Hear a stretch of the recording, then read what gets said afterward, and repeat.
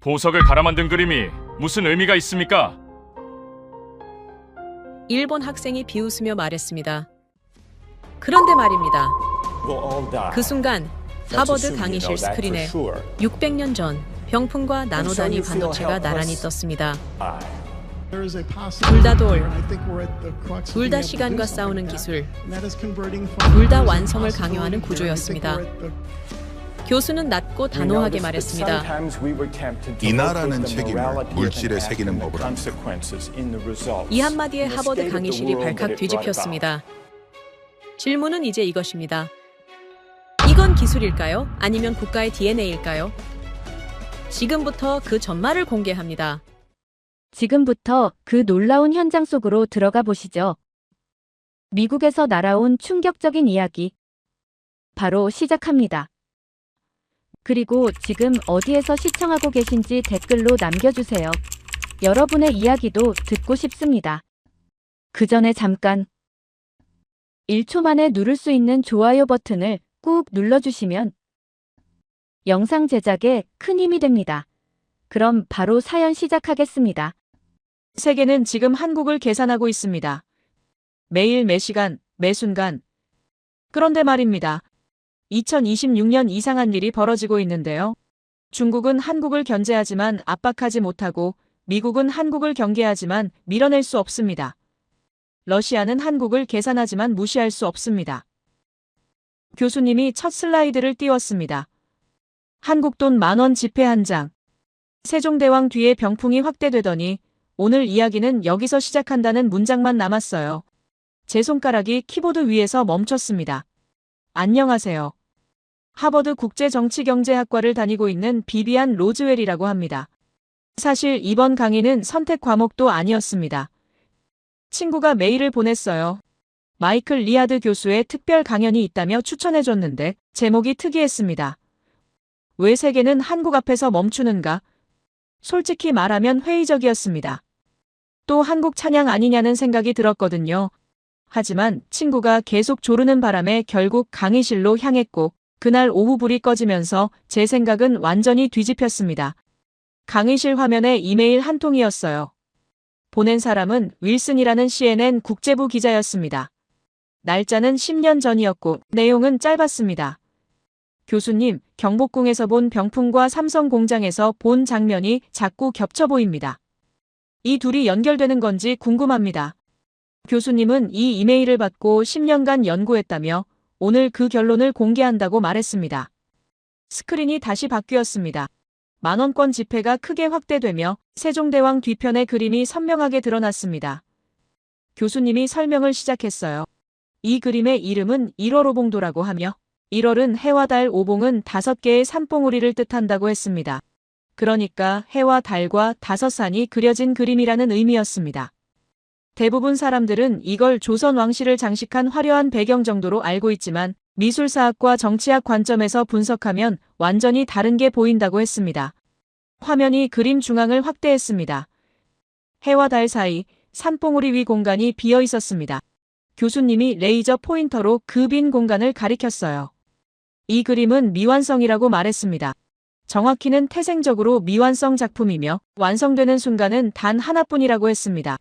바로 조선의 왕이 그림 앞 용상에 앉는 순간입니다. 왕의 정수리가 붉은 해와 하얀 달 사이 정중앙에 위치할 때 비로소 그림 속 우주가 주인을 찾으며 하나의 완성된 작품이 된다고 설명했습니다. 노트북에 메모를 시작했습니다. 이건 감상하기 위해 벽에 거는 예술작품이 아니라 왕이 존재할 때만 작동하는 시스템이자 왕의 위치와 권한을 시각적으로 보여주는 장치라고 적었습니다.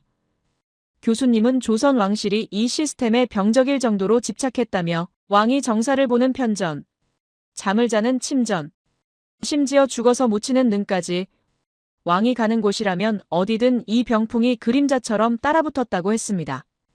다음 슬라이드가 등장했습니다. 1592년 5월이라는 날짜가 떴고 임진왜란 발발이라는 문장이 나타났습니다.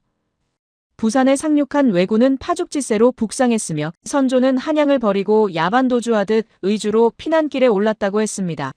기록에 따르면 당시 피난 행렬은 처참했는데 쏟아지는 빗속에서 왕과 신하들은 극심한 배고픔에 시달렸고 백성들은 왕을 향해 돌을 던졌다고 합니다. 교수님이 질문을 던졌습니다.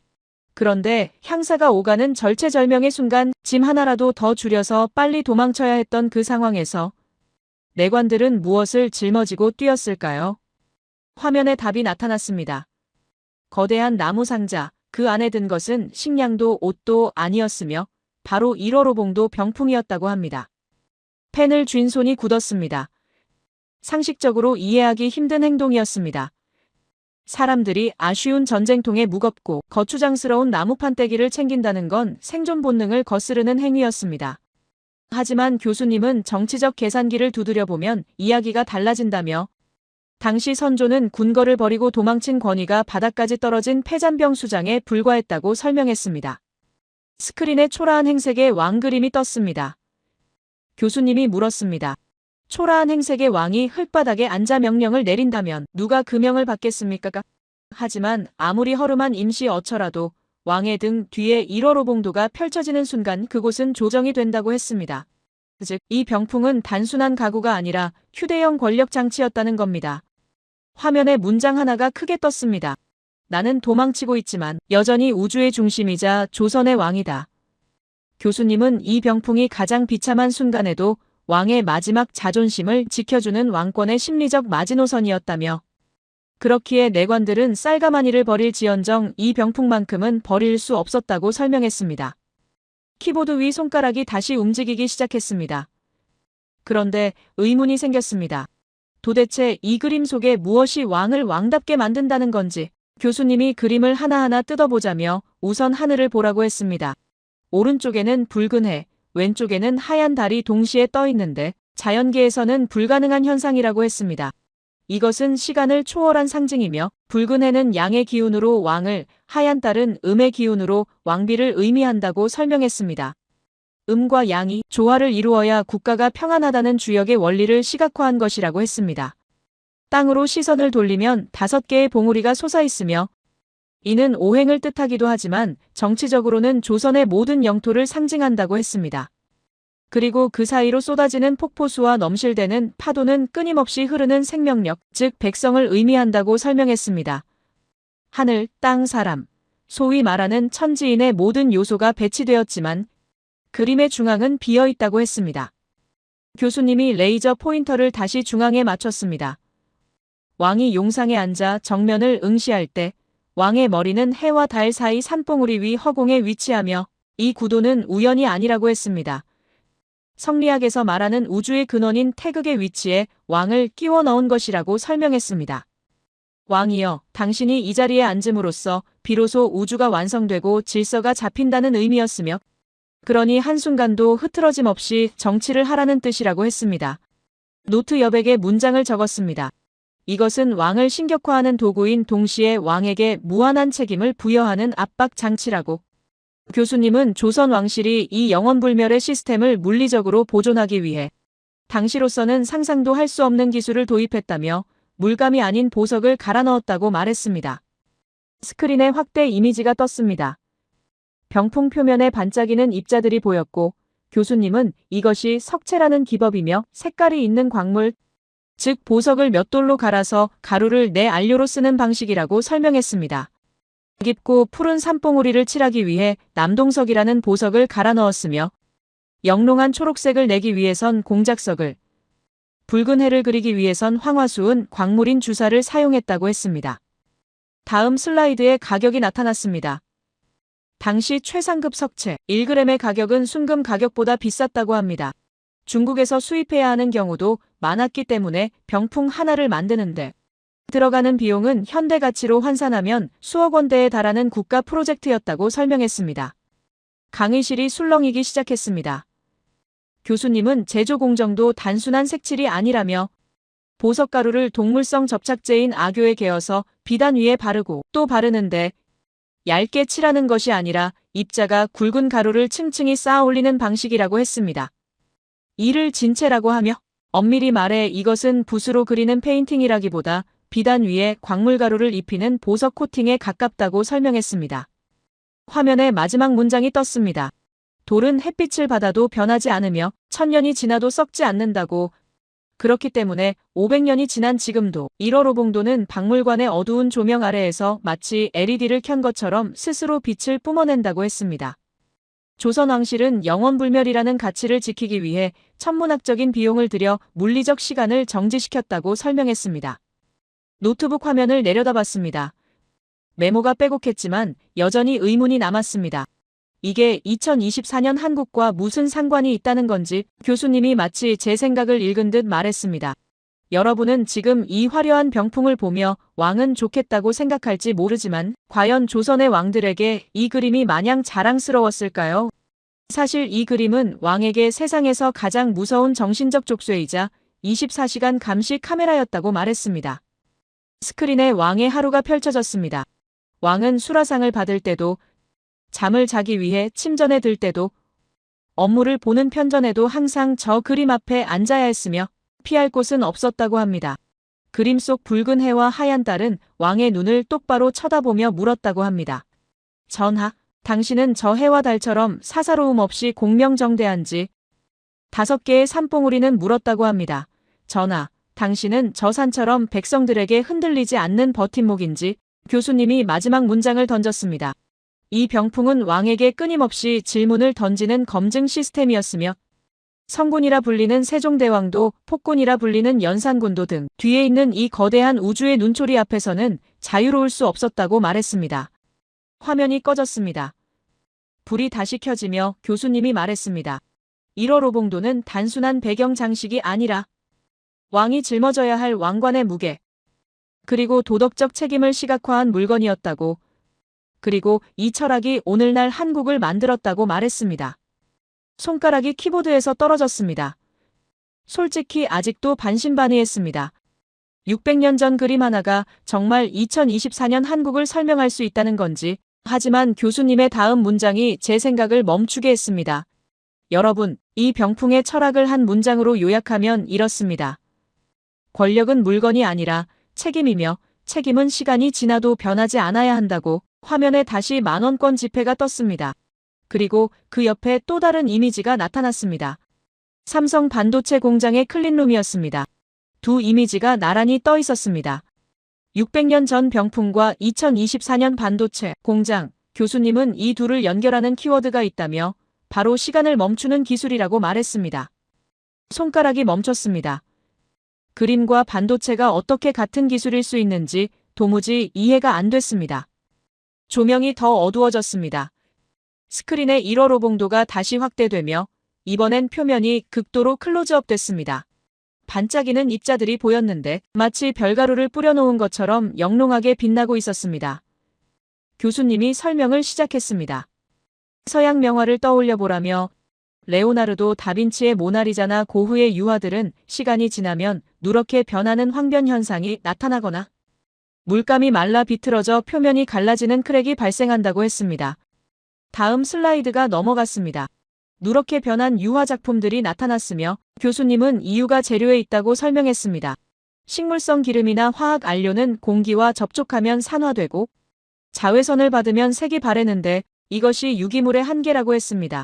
그러니까 살아있는 식물이나 기름으로 만든 물감은 결국 시간 앞에서 무너진다는 의미였습니다. 메모를 시작했습니다. 그렇다면 조선의 화원들은 어떻게 했을까요? 교수님이 물었습니다.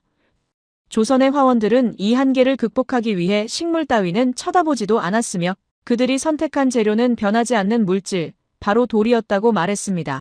전문 용어로 석체라고 하는데 석체는 돌석자의 색깔 체자를 쓰며 말 그대로 돌로 만든 색깔이라는 뜻입니다. 화면에 광물 사진들이 나타났습니다. 남동석, 공작석, 주사라는 이름이 붙은 보석들이었는데 교수님은 색깔이 있는 광물, 즉 보석을 맷돌로 갈아서 가루를 내고 그 가루를 안료로 쓰는 방식이라고 설명했습니다. 깊고 푸른 산봉우리를 칠하기 위해서는 남동석이라는 푸른 보석을 갈아 넣었으며 영롱한 초록색을 내기 위해서는 공작석을, 붉은 해를 그리기 위해서는 주사라는 붉은 광물을 사용했다고 합니다. 노트북 화면을 응시했습니다. 보석을 갈아서 그림을 그렸다는 게 믿기지 않았습니다. 교수님이 다음 슬라이드를 넘겼는데 숫자 하나가 크게 떴습니다. 최상급 석체 1g의 가격은 순금 가격보다 비쌌다고 합니다. 펜을 쥔 손이 굳었습니다. 금보다 비싼 물감이라니 중국에서 수입해야 하는 경우도 많았기 때문에 병풍 하나를 만드는데 들어가는 비용은 현대 가치로 환산하면 수억 원대에 달하는 국가 프로젝트였다고 설명했습니다. 강의실 여기저기서 한숨 소리가 새어나왔습니다.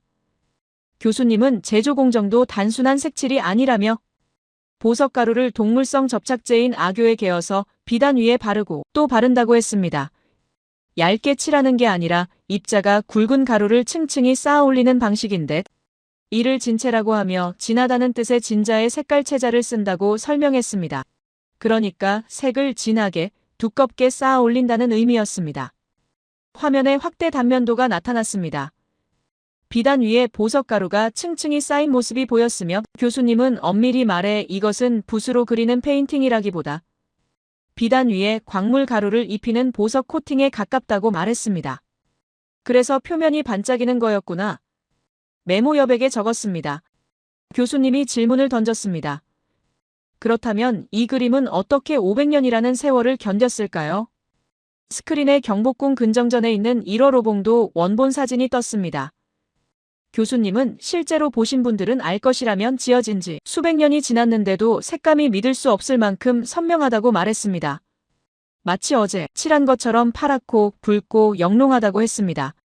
다음 슬라이드에 답이 나왔습니다. 돌은 햇빛을 받아도 변하지 않으며 돌은 1000년이 지나도 썩지 않는다는 문장이었습니다. 교수님은 식물성 기름은 산화되고 화학 안료는 자외선에 분해되지만 광물은 애초에 지구가 만든 물질이기 때문에 지구 환경에서 절대 변하지 않는다고 설명했습니다. 그렇기 때문에 500년이 지난 지금도 1월 오봉도는 박물관의 어두운 조명 아래에서 마치 스스로 빛을 뿜어내는 것처럼 빛난다고 했습니다. 키보드 위 손가락이 다시 움직였습니다. 조선 왕실은 영원불멸이라는 가치를 지키기 위해 천문학적인 비용을 들여 물리적 시간을 정지시켰다고 적었습니다.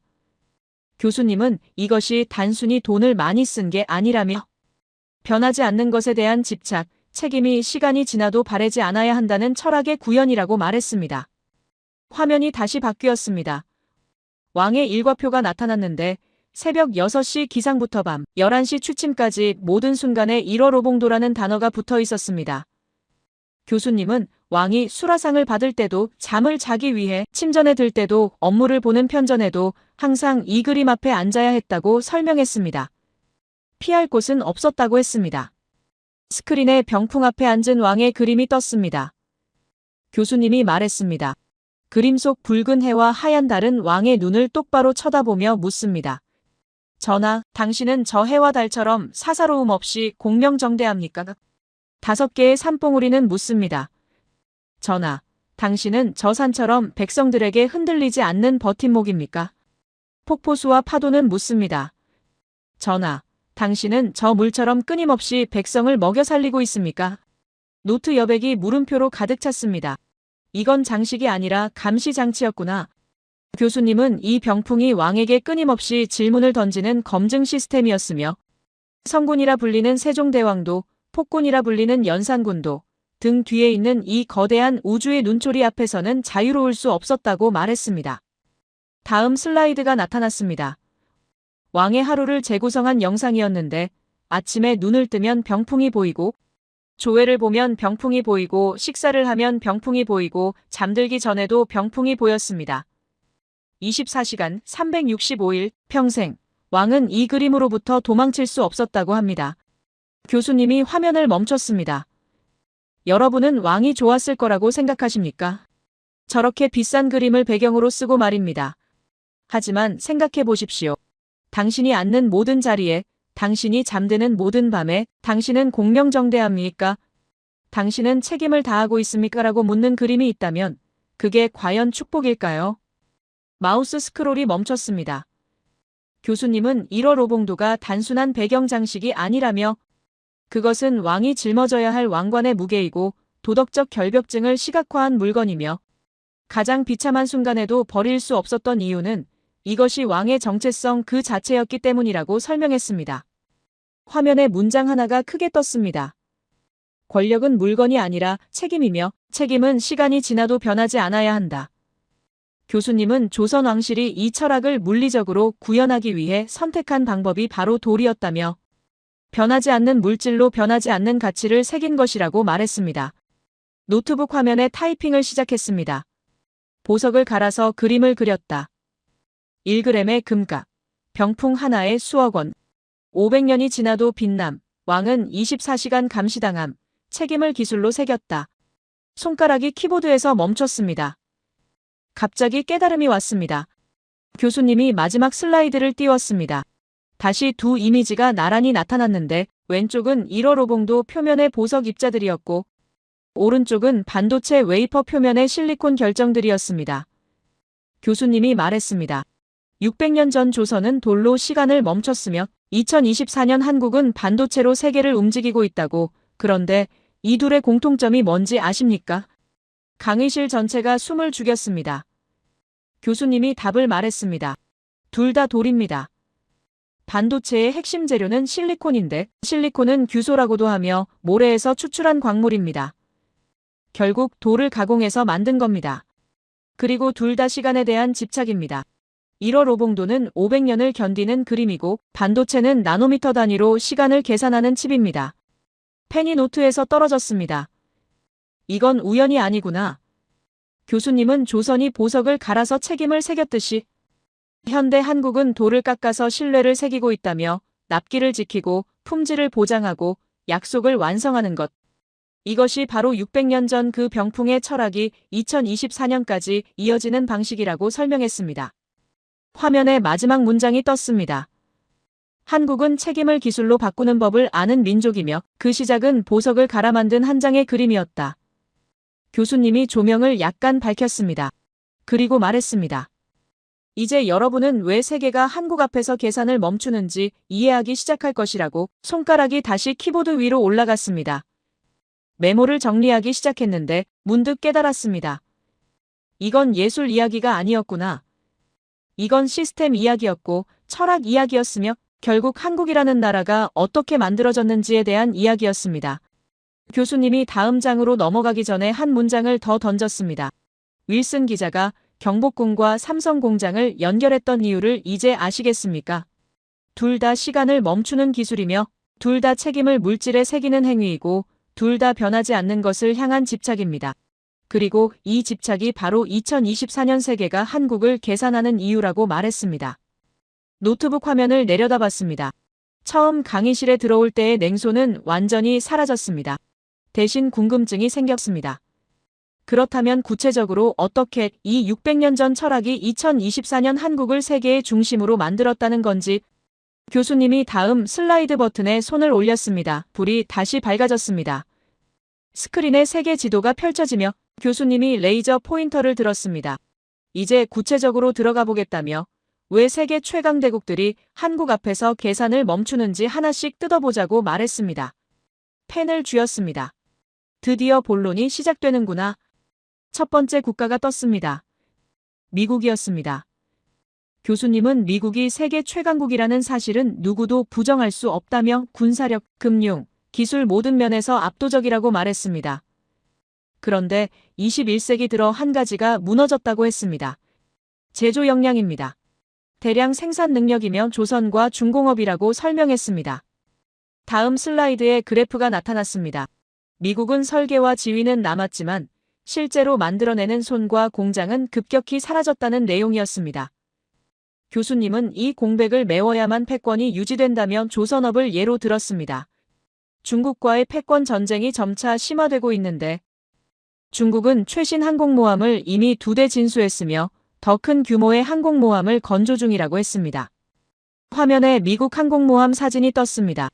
교수님은 미국 항공모함 수는 10척 이상으로 많지만 대부분 노후화됐으면 신규 건조는 지연되고 있다고 설명했습니다. 더 큰 문제는 미국 조선업이 사실상 쇠퇴했다는 점인데 신규 건조 속도는 떨어지고 유지보수는 병목이 생기고 숙련 인력은 고령화되고 있다고 했습니다. 노트북에 타이핑을 시작했습니다. 미국은 세계 전체를 상대로 군사력을 대비하는 나라이며 대서양도 봐야 하고 태평양도 봐야 하고 중동도 신경 써야 한다고 적었습니다. 반면 중국은 서태평양에만 집중하면 되기 때문에 미국에게는 빠른 건조 속도와 대량 생산 능력, 지금 당장 실전 투입 가능한 함정이 필요하다고 메모했습니다. 교수님이 다음 화면을 띄웠습니다. 한국 조선소 세 곳의 이름이 나타났는데 현대중공업, 삼성중공업, 한화오션이었습니다. 교수님은 이 세 곳의 연간 생산 능력이 미국 전체 조선소를 합친 것보다 많다며 세계 최고 수준의 대형 선박 건조 능력을 갖췄고 군함, 상선, 특수선을 동시에 생산하며 납기를 지키고 품질을 보장하고 대량 생산까지 가능하다고 설명했습니다. 손가락이 키보드에서 멈췄습니다. 미국보다 한국이 배를 더 많이 만든다고요. 교수님은 그래서 미국이 택한 해법이 뭐냐며 자력 회복은 최소 10년은 걸리기 때문에 한국 조선 기술과 협력하는 것이고 이건 선택이 아니라 응급처치라고 말했습니다. 미국은 바다를 지배하지만 배를 만드는 손은 한국에 있다는 문장이 화면에 떴습니다. 다음은 반도체였습니다. 교수님이 설명을 이어갔습니다. 인공지능, 클라우드, 미사일, 위성, 드론 전부 연산과 메모리 없이는 불가능한데 문제는 미국이 첨단 메모리 생산 역량이 사실상 붕괴됐다는 점이며 중국은 기술과 장비가 봉쇄됐기 때문에 남은 선택지는 한국뿐이라고 했습니다. 화면에 낯선 알파벳이 떴습니다. HBM이라고 읽었는데 교수님은 이것이 고대형 메모리라는 뜻이며 쉽게 말하면 엄청나게 빠른 속도로 엄청나게 많은 데이터를 처리할 수 있는 특수한 메모리 칩이라고 설명했습니다. 인공지능 서버는 이 메모리가 없으면 작동조차 할 수 없는데 SK 하이닉스라는 한국 기업이 전 세계 시장의 90% 이상을 점유하고 있다고 했습니다. 펜을 놓았습니다. 90%라니 교수님은 한국 메모리가 인공지능 서버의 실질적 병목이며 대체제가 없고 생산량과 수율과 신뢰성을 독점하고 있다고 말했습니다. 삼성과 SK 하이닉스가 전 세계 D램 시장, 그러니까 컴퓨터 메모리 시장의 70% 이상을 장악하고 있으며 그래서 미국은 공장을 한국 기업에 부탁하고 보조금을 주고 규칙을 바꿔가며 모셔온다고 설명했습니다. 화면에 문장이 떴습니다. 이건 투자 유치가 아니라 패권 유지를 위한 필수 조치라고 마우스 스크롤을 내리며 메모를 정리했습니다. 미국이 한국에 의존하고 있구나. 교수님이 지정학 이야기를 시작했습니다. 미국이 중국을 견제하려면 어떻게 해야 하냐며 일본만으로는 부족하고 거리가 멀면 대만은 불안정하다고 했습니다. 반면 한국은 중국 본토와 가장 가까운 민주진영 거점이며 황해, 동해, 동중국해를 동시에 조망할 수 있고 육해공 우주전력을 투사할 수 있다고 설명했습니다. 한반도는 항공모함보다 안정적인 고정 플랫폼이라는 문장이 화면에 나타났습니다. 교수님은 주한미군이 겉으로는 한국 방어용이지만 실제로는 중국을 견제하고 러시아 동부를 감시하고 일본 방어를 보조하고 태평양과 대륙을 연결한다고 말했습니다. 노트 여백에 질문을 적었습니다. 그럼 미군이 한국을 지키는 게 아니라 미국 자신을 지키는 건가요? 교수님이 마치 제 생각을 읽은 듯 말했습니다. 더 중요한 사실은 한국이 이미 자주방위 능력을 확보했다는 점인데 미군이 없어도 즉각 붕괴되지 않지만 그런데도 미국이 철수하지 못하는 이유는 미군이 빠지는 순간 미국의 영향력도 빠지기 때문이며 한국은 더 많은 선택지를 갖게 되고 미국은 이걸 원하지 않는다고 설명했습니다. 화면에 결론이 떴습니다. 주한미군은 한국을 지키는 군대가 아니라 미국의 자리를 지키는 군대라는 문장이었습니다. 손가락이 키보드에서 떨어졌습니다. 충격이었습니다. 교수님은 미국이 한국을 통제하는 게 아니라 관리한다며 한국이 커질수록 기술 독립이 가능해지고 외교 자율성이 늘어나고 군사 선택지가 증가하기 때문에 미국은 협력하면서도 동시에 규칙을 만들고 틀 안에 두려 한다고 말했습니다. 하지만 결정적 차이가 있다고 했습니다. 미국은 한국을 자르지 못하며 너무 많은 영역에서 이미 얽혀있기 때문이라고 설명했습니다. 다음 슬라이드에 미국의 동맹국 지도가 떴는데 일본, 호주, 유럽 등 여러 나라가 표시되어 있었습니다. 교수님은 미국의 동맹은 많지만 대체 불가능으로 분류된 국가는 극히 소수이며 조건은 단 하나, 이 나라가 빠지면 미국의 전략 전체가 흔들리는가라고 물었습니다. 화면에 한국만 빨간색으로 표시됐습니다. 교수님은 한국이 바로 그 질문에 예스라며 일본은 해군과 기지를 보조하고 호주는 남태평양을 방어하고 유럽은 러시아를 견제하지만 한국은 중국, 러시아, 북한을 동시에 묶는 유일한 고리라고 설명했습니다. 이건 동맹이 아니라 전략적 고정축이라는 문장이 떴습니다. 방산 이야기가 나왔습니다. 교수님은 나토 회원국인 유럽 국가들의 사례를 들었습니다. 한 유럽 국가가 K2 전차 180대, K9 자주포 212문, FA-50 전투기 48대를 주문했는데 총액이 140억 달러이며 납기는 2026년부터 순차 인도라고 했습니다. K2는 한국의 주력 전차이고 K9은 자동으로 움직이며 포를 쏠 수 있는 대포 차량이며 FA-50은 경전투기라고 쉽게 설명해 주었습니다. 교수님이 비교 자료를 띄웠습니다. 미국 무기로 같은 걸 주문하면 최소 5년 이상 대기해야 한다고 했습니다. 그래서 벌어지는 현상이 뭐냐며 미국 무기를 쓰는 나라들이 한국 무기를 함께 도입하고 있고 한국 방산은 미국 체계와 충돌하지 않으며 경쟁이 아니라 보완 구조라고 설명했습니다. 미국 무기의 공백 구간을 한국이 메우고 있으며 미국 입장에서 한국 방산은 위협이 아니라 보험이라고 했습니다. 노트북 화면을 응시했습니다. 미국이 한국에 의존하고 있다는 게 믿어지지 않았습니다. 교수님은 마지막 문장을 던졌습니다. 미국은 한국을 동맹으로 관리하지만 실제로는 한국이라는 구조에서 패권을 굴리고 있으며 한국은 미국 패권의 옵션이 아니라 구조가 됐다고 말했습니다. 강의실이 잠시 조용해졌습니다. 펜을 다시 쥐었는데 손이 떨렸습니다. 교수님이 다음 화면으로 넘어가며 물었습니다. 미국이 한국을 붙잡는 이유를 이해했다면 이제 질문은 바뀝니다. 중국은 어떤가요? 중국은 왜 한국을 밀어내지도 완전히 적대하지도 못할까요? 스크린에 중국 국기가 나타났습니다. 교수님은 중국이 한국보다 훨씬 크고 강한데 그냥 압박하면 되는 거 아니냐는 질문을 먼저 던졌습니다. 하지만 중국은 한국을 마음대로 다룰 수 없으며 이건 감정의 문제가 아니라 구조의 문제라고 말했습니다. 화면에 중국의 대외 전략이 나타났습니다. 교수님은 중국의 전략이 일관되어 있다며 주변국을 영향권 안에 두는 것이고 경제, 기술, 외교, 안보 순으로 흡수한다고 설명했습니다. 이 전략은 동남아에서 작동했고 중앙아시아에서도 통했으며 아프리카에서도 반복됐지만 한국만은 예외라고 했습니다. 다음 슬라이드에 3가지 조건이 떴습니다. 첫째, 한국은 중국 경제의 필수적인 산업 파트너입니다. 둘째, 미국 안보 체계에 깊숙이 편입된 국가입니다. 셋째, 독자 기술과 군사 역량을 갖춘 고밀도 국가입니다. 교수님은 이 세 조건이 동시에 충족되는 국가는 전 세계적으로 거의 없다고 말했습니다. 사드 배치 이야기가 나왔습니다. 교수님은 사드가 고고도 미사일 방어체계라며 쉽게 말하면 높은 하늘에서 날아오는 미사일을 요격하는 시스템이라고 설명했습니다. 2016년 한국이 이걸 배치하기로 결정하자 중국은 전면적 비공식 제재를 가동했는데 관광을 차단했고 문화 콘텐츠를 봉쇄했으며 기업을 압박했다고 합니다. 화면에 그래프가 나타났습니다. 중국의 목표는 한국을 정치적 메시지에 민감한 국가로 만들려 한 것이었지만 결과는 정반대였다고 했습니다. 한국은 이 시기를 거치며 중국 의존도를 구조적으로 낮췄으며 핵심 산업의 국산화와 다변화를 가속했고 중국 리스크를 정책 변수로 내재화했다고 설명했습니다. 노트에 메모를 추가했습니다. 중국 내부 연구기관들의 평가를 보면 한국은 단기 충격에는 반응했으나 중장기 구조에서는 오히려 더 단단해졌다고 나온다며 이 시점부터 중국의 전략이 바뀌었고 강압에서 관리로 압박에서 계산으로 전환됐다고 교수님이 말했습니다. 반도체 이야기가 다시 나왔습니다. 교수님은 중국 반도체의 구조적 약점은 명확하다며 장비는 서방에 의존하고 설계는 일부 진전됐지만 메모리는 결정적 공백이라고 설명했습니다.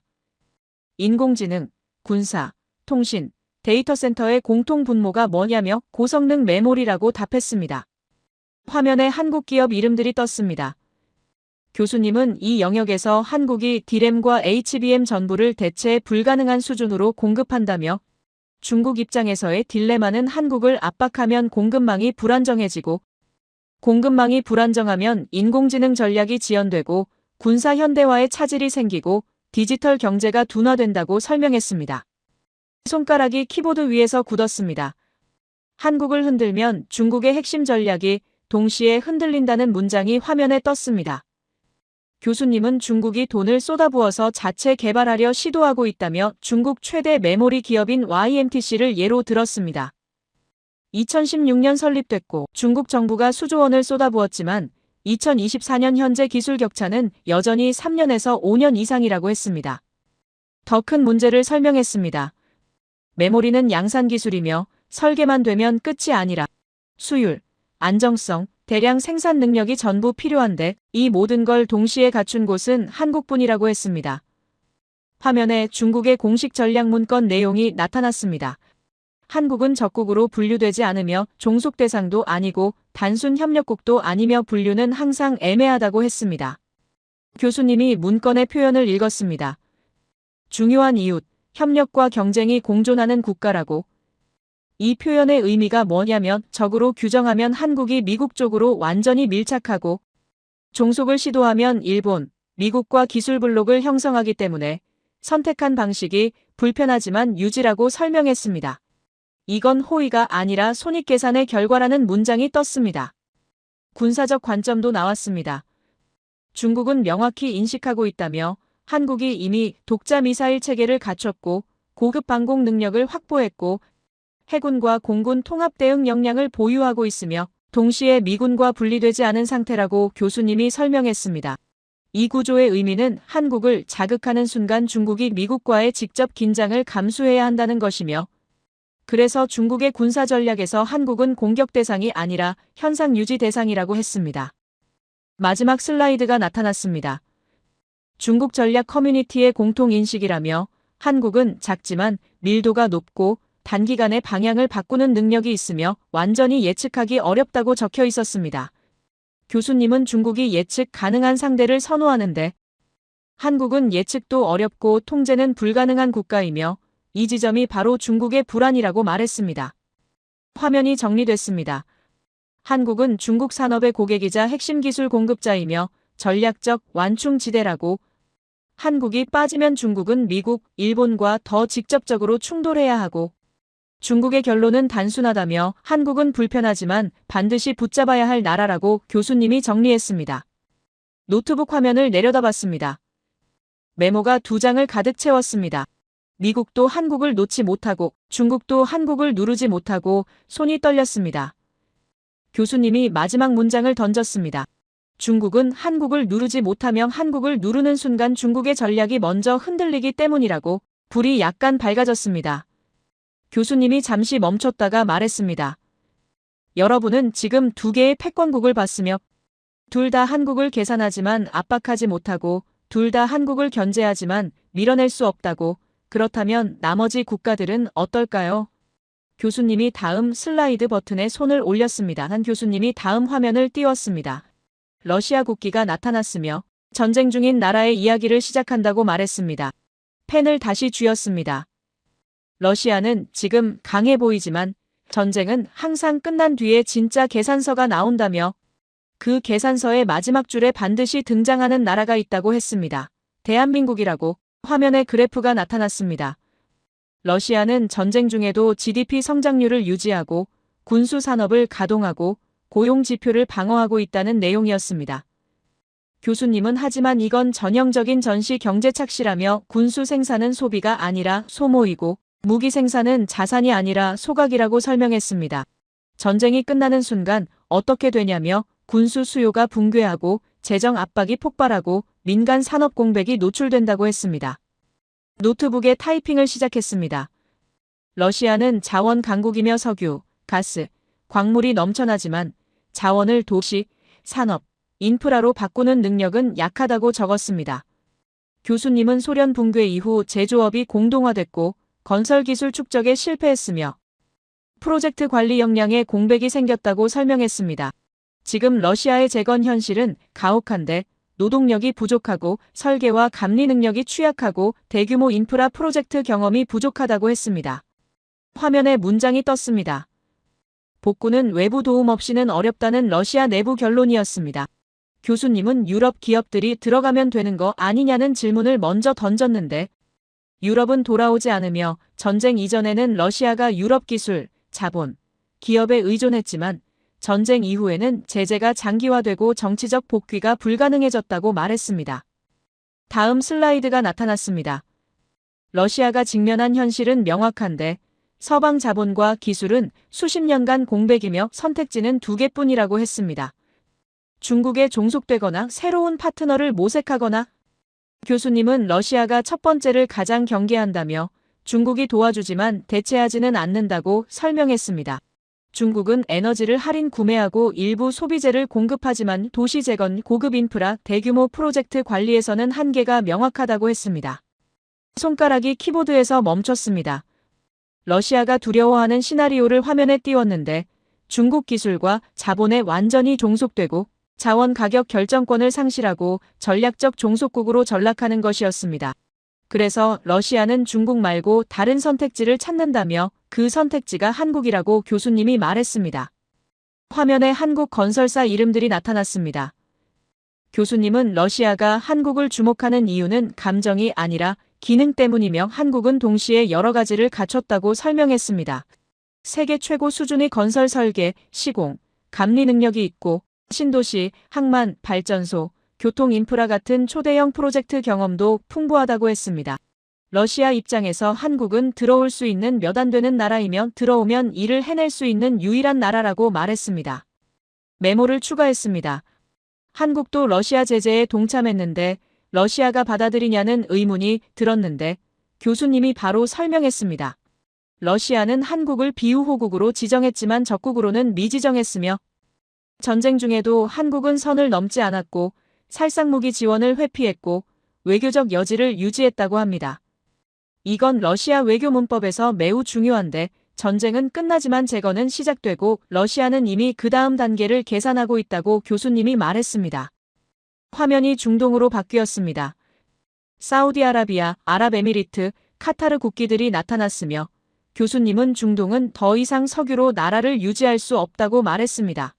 문제는 돈이 없는 게 아니라 쓸 줄 모른다는 것이며 지금 중동이 가장 큰 돈을 맡기는 나라가 있다고 했습니다. 대한민국이라고. 다음 슬라이드에 미래 예측 그래프가 떴습니다. 중동 산유국들이 공통으로 마주한 미래는 글로벌 탈탄소, 전기차 전환, 재생에너지 확대라며 석유는 지금은 돈이 되지만 미래를 보장하지는 않는다고 교수님이 설명했습니다. 그래서 중동의 질문은 단순해졌는데 석유가 아닌 것으로 국가를 어떻게 유지할 것인가라고 했습니다. 펜을 다시 쥐었습니다. 화면에 숫자가 나타났는데 사우디, 아랍에미리트, 카타르의 국부 펀드, 그러니까 국가가 관리하는 투자 기금 규모가 수천조 원이라고 했습니다. 투자 의지는 이미 확정됐지만 결정적 문제가 있다며 자국 산업 기반이 없고 대규모 프로젝트를 끝까지 완주한 경험이 부족하다고 교수님이 말했습니다. 다음 화면에 실패 사례들이 나타났습니다. 중동의 실패 경험을 보면 설계는 화려했지만 실행에서 무너진 프로젝트들이 수두룩하며 그래서 중동은 이제 누가 제안하느냐보다 누가 완성하느냐를 본다고 설명했습니다. 노트북 화면을 응시했습니다. 중동이 설정한 기준이 화면에 떴는데 기술을 실제로 구현한 경험이 있어야 하고 대규모 인력과 자본과 시간을 관리할 수 있어야 하고 정치적 부담이 적어야 하고 기술 이전에 유연해야 하고 기한 내 완공을 보장해야 한다는 5 조건이었습니다.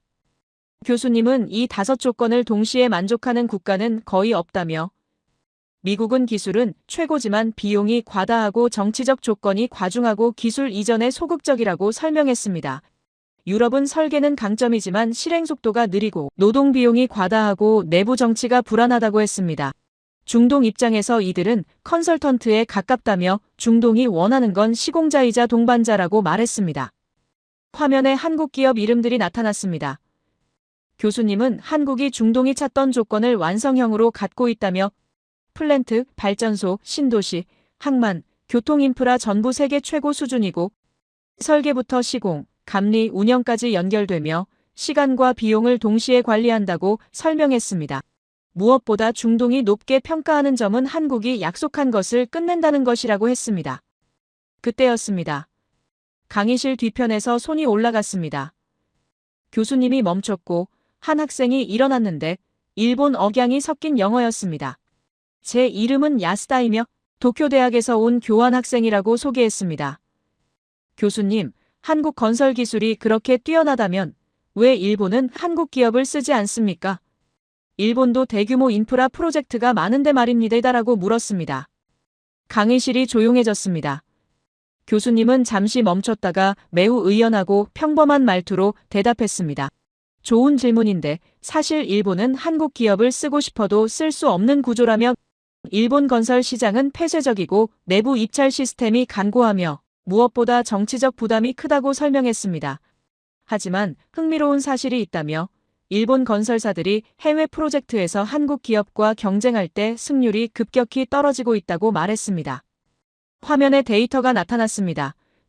중동 건설 시장에서 일본 기업의 점유율이 2010년 15%에서 2023년 5%로 떨어졌으며 같은 기간 한국 기업은 20%에서 40%로 상승했다는 그래프였습니다. 야스다의 표정이 굳었습니다. 교수님은 계속 평범한 목소리로 말했습니다. 이유는 간단한데 납기와 품질과 비용을 동시에 지키는 능력에서 차이가 났기 때문이라고 야스다가 다시 물었습니다. 하지만 일본 기술력이 여전히 우수하지 않습니까? 교수님은 고개를 끄덕이며 말했습니다. 물론 일본 기술력은 뛰어나지만 중동이 원하는 건 기술력만이 아니라 속도와 신뢰라며 구체적 사례를 보자고 했습니다. 화면에 아랍에미리트 바라카 원전 사진이 떴습니다. 교수님이 설명을 시작했습니다. 한국은 원전 4기를 동시에 건설했으며 계약 금액이 200억 달러였고 공기는 8년이었는데 결과는 예산 내 공기 내 완공이었다고 했습니다.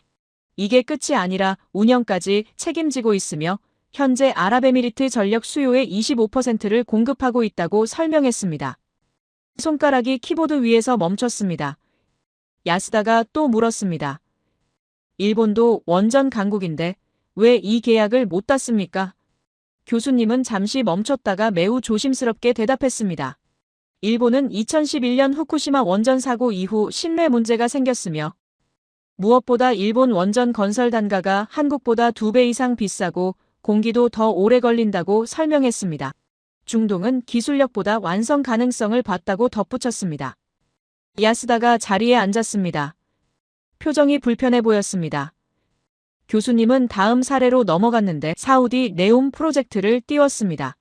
사우디의 초대형 프로젝트들은 단순 건설이 아니라 국가 생존 실험이며 석유 이후 모델이라고 설명했습니다. 여기에 한국 기업들이 대거 참여하고 있으며 삼성물산, 현대건설, SK건설이 핵심 구간을 맡고 있다고 했습니다. 화면에 문장이 떴습니다. 중동이 한국을 끌어들이는 이유는 절대 실패하지 않는 사람들이기 때문이라고. 교수님은 중동이 한국을 특별하게 보는 결정적 이유가 있다며 한국은 기술을 숨기지 않고 조건이 맞으면 이전한다고 말했습니다. 중동의 계산은 단기 완공과 장기 자립인데 이 구조를 받아줄 수 있는 국가는 거의 없다고 설명했습니다. 노트에 메모를 추가했습니다. 미국은 기술을 주지 않고 유럽은 조건이 까다로우며 중국은 종속 구조를 만들지만 한국은 우리를 대체하지 않고 우리를 만들게 한다는 중동의 평가를 적었습니다. 교수님이 숫자를 띄웠습니다. 사우디 국부펀드가 한국에 투자한 금액이 2023년 기준 약 60억 달러이며 계속 늘고 있다고 했습니다. 아랍에미리트 아부다비 투자청은 한국 인프라, 부동산, 기술 기업에 100억 달러 이상을 투자했다고 설명했습니다. 화면에 마지막 문장이 떴습니다. 이건 단순 투자가 아니라 전략적 파트너십이라고. 교수님은 중동은 돈은 있지만 미래 모델이 없으며 한국은 자원은 없지만 미래를 만든 경험이 있다고 말했습니다. 이 차이가 중동의 선택을 결정했다고 설명했습니다. 손가락이 다시 키보드로 돌아왔습니다. 러시아는 전쟁을 이겼지만 평화는 한국 없이 못 만들고 중동은 돈은 있지만 미래는 한국과 함께 설계한다고 메모했습니다. 문득 깨달았습니다. 신뢰가 곧 기술이었구나. 약속을 끝내는 능력이 바로 600년 전 그 병풍의 철학이었다는 걸. 교수님이 다음 슬라이드 버튼에 손을 올렸습니다. 단 교수님이 다음 화면을 띄웠습니다. 일본과 유럽 국기들이 나타났으며 이제 가장 복잡한 관계를 봐야 한다고 말했습니다. 펜을 쥔 손에 힘이 들어갔습니다. 야스다가 뒷좌석에서 자세를 고쳐 앉는 게 보였습니다. 교수님은 일본과 유럽이 실패한 건 아니라며 오히려 너무 성공했다고 말했습니다. 문제는 그 성공의 방식이 다음 시대를 건너갈 수 없게 만들었다는 점이며 한국은 그들이 갈 수 없는 길을 먼저 개척했다고 설명했습니다. 화면에 문장이 떴습니다. 일본과 유럽의 공통점은 20세기에 완성된 국가라는 것이라고 노트북에 타이핑을 시작했습니다. 일본은 제조업 강국이고 장인 시스템을 갖췄으며 안정적 사회를 만들었다고 적었습니다. 유럽은 복지 국가 모델을 완성했고 고급 기술을 보유했으며 제도적 완성도가 높다고 메모했습니다. 그런데 문제가 뭐냐며 교수님이 물었습니다. 21세기 경쟁은 20세기 방식으로 이길 수 없다는 것이라고 답했습니다. 화면에 일본 데이터가 나타났습니다. 초고령 사회이며 노동 생산성이 정체됐고 정보기술과 인공지능 전환이 지연되고 있다는 내용이었습니다. 교수님은 핵심 문제가 뭐냐며 사람이 줄어도 시스템은 바뀌지 않는다는 점이라고 설명했습니다. 기업 구조를 보면 연공서열, 해고 불가 변화에 대한 제도적 저항이 있으며 결과는 기술은 있어도 속도가 나오지 않는다고 했습니다. 다음 슬라이드가 충격적이었습니다. 한국 의존 품목이라는 제목 아래 숫자가 떴는데 2020년 100개에서 2024년 159개로 늘었다는 그래프였습니다. 야스다가 펜을 떨어뜨렸습니다. 교수님은 일본이 한국의 핵심 부품 생산에 의존하고 있다며 구체적 사례를 보자고 했습니다. 조선업 그래프가 나타났습니다. 일본은 한때 세계 1위 조선 강국이었지만 2024년 기준 한국이 세계 수주량의 50% 이상을 차지하며 일본은 10%도 안 된다는 내용이었습니다. 손가락이 키보드 위에서 멈췄습니다. 교수님은 LNG선, 그러니까 천연가스를 액체로 만들어 운반하는 특수 선박 이야기를 시작했습니다. 한국 조선 세 곳이 세계 시장의 90% 이상을 독점하고 있으며 일본은 사실상 포기했다고 설명했습니다. 야스다가 손을 들었습니다. 교수님이 고개를 끄덕이며 허락했고 야스다는 일본 기술력이 여전히 우수한데 왜 시장을 잃었느냐고 물었습니다. 목소리에 떨림이 있었습니다. 교수님은 매우 차분하게 대답했습니다. 기술력과 시장 장악은 다른 문제이며 한국은 기술력의 속도와 대량 생산 능력을 더했고 무엇보다 납기를 절대 어기지 않는다고 말했습니다. 화면에 반도체 데이터가 떴습니다. 일본은 1990년대 세계 반도체 시장의 50%를 장악했지만 지금은 10% 미만이라는 그래프였습니다. 반면 한국은 메모리 반도체 세계 시장의 70% 이상을 점유하고 있다고 나왔습니다. 노트 여백에 적었습니다. 완전 역전이라고 교수님이 설명을 이어갔습니다. 일본 내부의 인식은 무엇이냐며 우리가 못한 게 아니라 한국이 너무 빨랐다는 평가라고 말했습니다. 야스다의 표정이 더욱 굳었습니다. 화면이 유럽으로 넘어갔습니다. 교수님은 유럽이 지금 동시에 세 가지 압박을 받는다면 첫째 복지 유지 압박, 둘째 재정 압박, 셋째 안보 압박이라고 설명했습니다. 이 세 가지는 서로 충돌한다며 복지를 유지하면 빚이 늘고 빚을 줄이면 사회가 흔들리고 안보 비용을 늘리면 정치가 붕괴된다고 했습니다. 다음 슬라이드에 유럽의 딜레마가 나타났습니다. 노동시간 증가를 시도하면 대규모 반발이 일어나고 복지 축소를 시도하면 정치가 불안해지고 이민 확대를 시도하면 사회 갈등이 폭발한다는 내용이었습니다. 손가락이 키보드로 돌아왔습니다.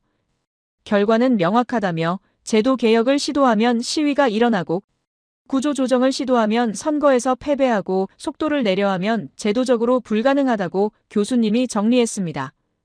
유럽은 지금 움직이려 하면 흔들리는 상태라는 문장이 화면에 떴습니다. 교수님이 질문을 던졌습니다. 그럼 한국은 뭐가 달랐느냐며 한국은 20세기에 완성되지 않았기 때문에 21세기 룰로 바로 뛰어들 수 있었다고 설명했습니다. 시스템을 바꾸는데 주저할 것도 없었고 제도를 실험하는데 두려울 것도 없었으며 실패를 감내하는 게 익숙했다고 말했습니다. 메모를 추가했습니다. 그 결과 한국은 속도 경쟁에 최적화된 국가 구조를 갖췄다고 적었습니다. 교수님은 일본과 유럽이 한국을 배척하는 게 아니라 반대라며 이제 일본과 유럽은 한국 없이는 움직이지 못한다고 말했습니다. 화면에 사례들이 나타났습니다. 첨단 제조를 보면 일본 기업들이 한국의 핵심 부품 생산에 의존하고 있다고 했습니다. 구체적으로 소니가 삼성 디스플레이 없이 텔레비전을 만들 수 있느냐? 도요타가 LG와 SK 배터리 없이 전기차를 만들 수 있느냐고 교수님이 물었습니다. 대규모 인프라를 보면 유럽 국가들이 한국 기업 없이 프로젝트를 완성할 수 있느냐며 한 유럽 국가 원전은 한국 기술로 짓고 있고 체코 원전 입찰에서 한국이 우선 협상 대상자로 선정됐다고 설명했습니다. 야스다가 고개를 숙였습니다. 교수님은 계속 차분한 목소리로 말했습니다. 공급망 핵심 고리를 보면 디스플레이는 삼성과 LG가 프리미엄 시장을 장악하고 있으며 이게 없으면 일본과 유럽의 첨단 산업이 멈춘다고 설명했습니다. 화면에 문장이 떴습니다. 완성은 축복이지만 변화를 막는 장벽이 되기도 한다고 노트북 화면을 응시했습니다. 일본과 유럽은 20세기를 완성했지만 한국은 21세기에 최적화됐다는 메모를 추가했습니다. 교수님이 다음 화면으로 넘어가며 말했습니다. 그렇다면 한국이 없으면 바로 흔들리는 나라들은 어디일까요? 앞서 말했듯이 미국, 중국, 러시아, 중동, 일본, 유럽을 봤다며 이제는 다른 측면에서 바라보자고 했습니다. 스크린에 여러 국가 국기들이 동시에 나타났습니다. 나토 회원국인 유럽 국가들, 체코, 베트남, 멕시코, 인도네시아, 캐나다였습니다. 교수님은 이 나라들의 공통점이 뭐냐며 모두 성장 중이거나 전환점에 있는 국가들이라고 설명했습니다. 첫 번째로 나토 회원국인 한 유럽 국가 사례가 나왔습니다. 교수님은 이 국가가 지금 전쟁 바로 옆에 있으며 러시아와 직접적 위협에 노출돼 있다고 말했습니다. 필요한 건 무기 도입이 아니라 즉각적인 전력 확보인데 문제는 미국과 유럽산 무기는 대기 기간이 수년이고 정치적 조건이 많다고 설명했습니다. 화면에 계약서 스캔본이 나타났습니다. K2 전차, 그러니까 한국의 주력 전차 180대, K9 자주포, 자동으로 움직이며 포를 쏘는 대포 차량 212문, FA-50 전투기 48대를 주문했으며 총액이 140억 달러라는 내용이었습니다. 펜을 쥐었습니다. 납기는 2026년부터 순차 인도라고 적혀 있었습니다. 교수님이 비교 자료를 띄웠습니다. 미국 무기로 같은 걸 주문하면 최소 5년 이상 대기해야 한다며 이 국가는 안보의 핵심을 한국에 맡겼다고 말했습니다. 손가락이 키보드에서 멈췄습니다. 체코로 넘어갔습니다. 교수님은 체코의 딜레마를 설명했습니다. 노후 원전을 대체해야 하는데 유럽연합 규제가 있고 비용이 문제고 정치 리스크가 크다고 했습니다.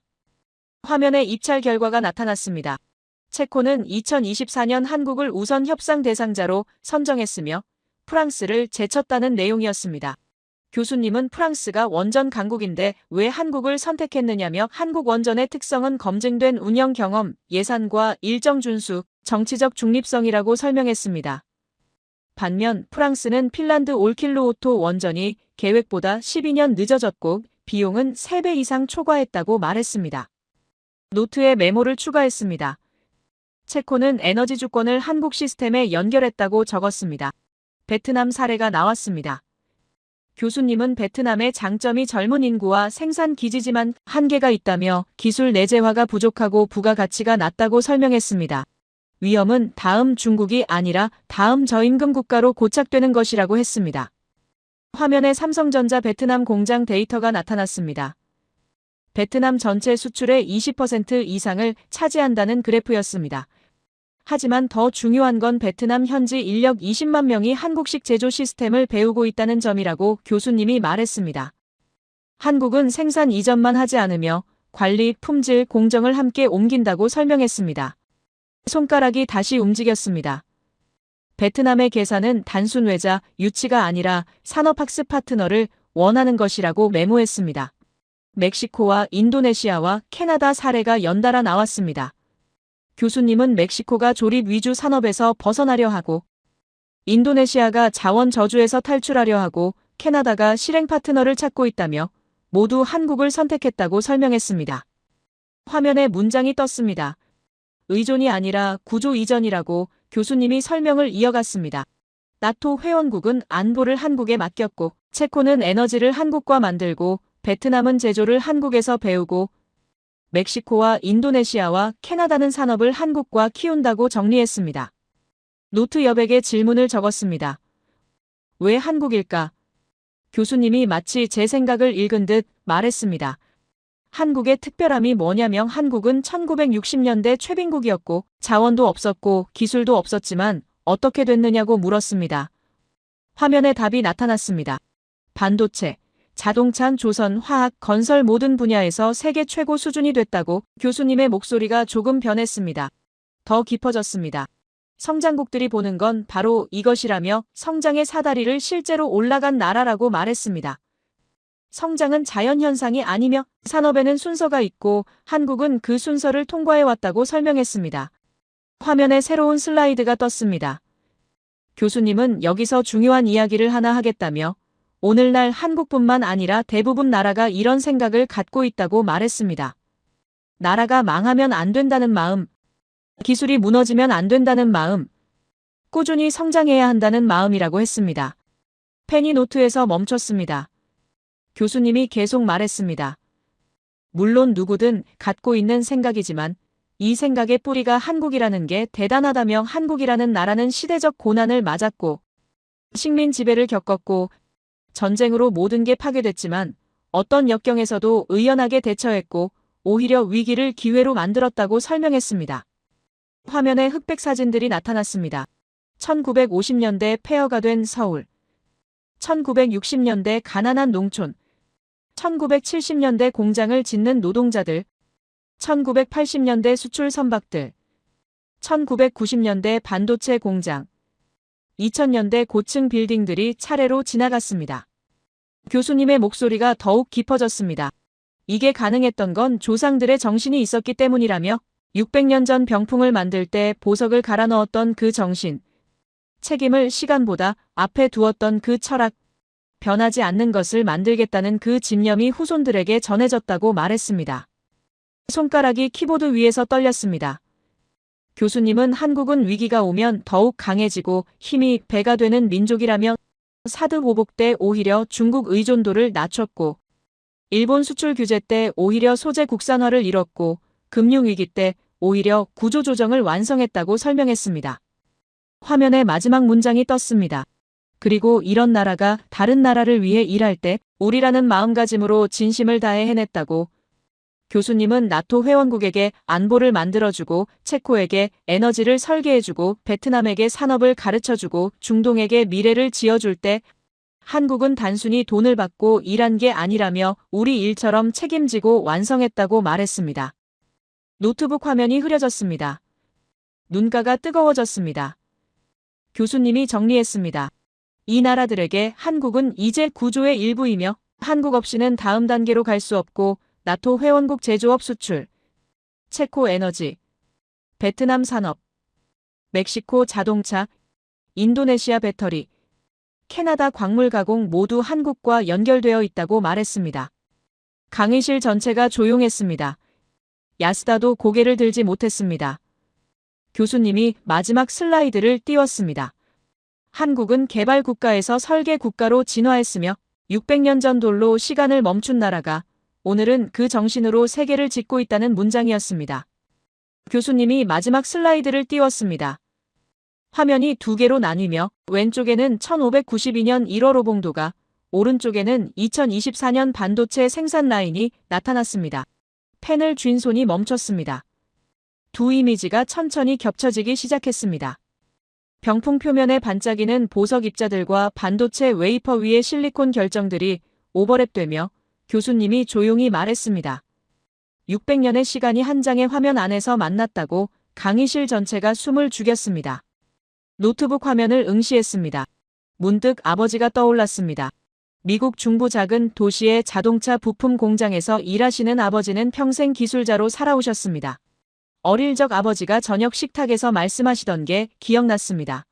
공장에서 부품 하나 잘못 만들면 자동차 전체가 멈춘다며 그래서 기술자는 절대 손을 떼면 안 된다고 하셨습니다. 손가락이 키보드 위에서 떨렸습니다. 갑자기 깨달았습니다. 아버지가 평생 지켜온 그 철학이 600년 전 조선 화원들이 보석을 갈아 넣었던 그 정신과 같다는 걸, 둘 다 변하지 않는 것을 만들려 했고 둘 다 시간보다 책임을 앞에 뒀으며 둘 다 자신의 손으로 완성을 보장하려 했다는 걸. 교수님이 화면을 바꿨습니다. 이메일 한 통이 나타났는데 10년 전 윌슨 기자가 보낸 그 이메일의 마지막 부분이었습니다. 교수님이 천천히 읽기 시작했습니다. 교수님, 서울에서 본 것은 단순한 국가가 아니었으며 시간을 압축한 철학이었다고. 경복궁 병풍 앞에 섰을 때와 삼성공장 클린룸에 들어갔을 때 같은 느낌을 받았다고 했습니다. 화면에 윌슨의 말이 계속 이어졌습니다. 둘 다 먼지 하나 허락하지 않는 공간이었고, 둘 다 시간과 싸우는 기술이었으며, 둘 다 완성을 강박처럼 추구하는 시스템이었다는 내용이었습니다. 교수님이 읽었습니다. 1592년 돌로 시간을 멈춘 나라가 2024년 반도체로 세계를 움직이고 있다고 노트에 메모를 추가했습니다.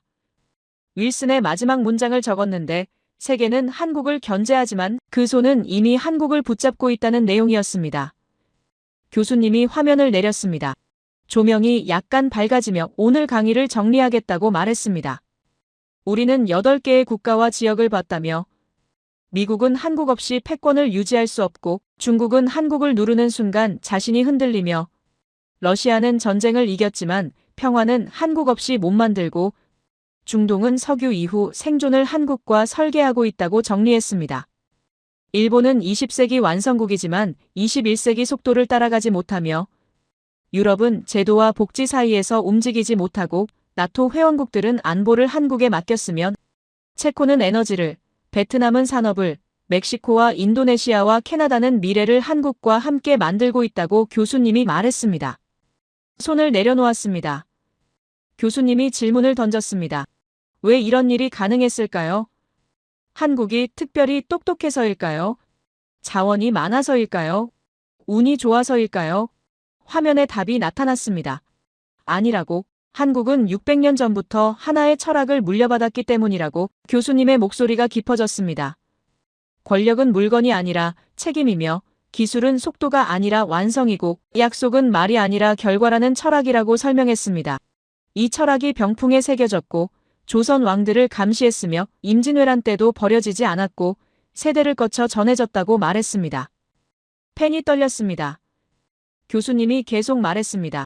1960년대 폐허에서 일어섰을 때도, 1970년대 공장을 지을 때도, 1980년대 반도체를 만들 때도, 1990년대 금융위기를 겪을 때도, 2000년대 세계와 경쟁할 때도 한국인들은 이 철학을 잊지 않았다고 했습니다. 화면에 흑백 사진들이 지나갔습니다. 전쟁 직후 폐허, 공장에서 일하는 노동자들, 밤늦게까지 불 켜진 연구소들, 수출 선박에 태극기를 다는 사람들, 반도체 클린룸에서 일하는 엔지니어들, 원전 건설 현장의 기술자들이 차례로 나타났습니다. 노트북 화면이 흐려졌습니다. 눈가가 뜨거워졌습니다. 교수님이 마지막 문장을 읽었습니다. 1592년 왕이 병풍을 지켰던 이유와 2024년 엔지니어가 납기를 지키는 이유는 같다며 둘 다 책임이 시간보다 무겁다는 걸 알기 때문이라고 말했습니다. 강의실이 조용해졌습니다. 교수님이 마지막 슬라이드를 띄웠는데 단 한 문장만 있었습니다. 한국은 시간을 압축한 유산이며 그 유산이 지금 세계를 움직이고 있다고. 불이 완전히 밝아졌습니다. 교수님이 강의를 마치겠다며 질문이 있으면 받겠다고 말했습니다. 손을 들지 않았습니다. 질문할 게 없었습니다. 대신 깨달음이 있었습니다. 아버지가 공장에서 부품을 만들 때 보였던 그 진지함이, 어머니가 역사를 연구하며 보였던 그 집요함이 결국 같은 뿌리에서 나왔다는 걸. 유대인 집안인 어머니는 역사를 잊지 말라고 가르치셨고 블루칼라 노동자인 아버지는 손을 떼지 말라고 가르치셨습니다. 노트북을 천천히 닫았습니다. 오늘 강의를 듣기 전까지는 한국을 과대평가된 나라라고 생각했습니다. 하지만 지금은 압니다. 한국은 과대평가된 게 아니라 제대로 이해되지 않았던 나라였다는 걸. 세계가 한국을 계산하는 이유는 한국이 강해서가 아니라 한국이 약속을 끝내기 때문이라는 걸 말이죠. 가방을 챙기며 생각했습니다. 한국과 미국, 그리고 세계가 앞으로 어떻게 되기를 바라는지 한국이 지금의 책임감을 잃지 않기를 바랍니다.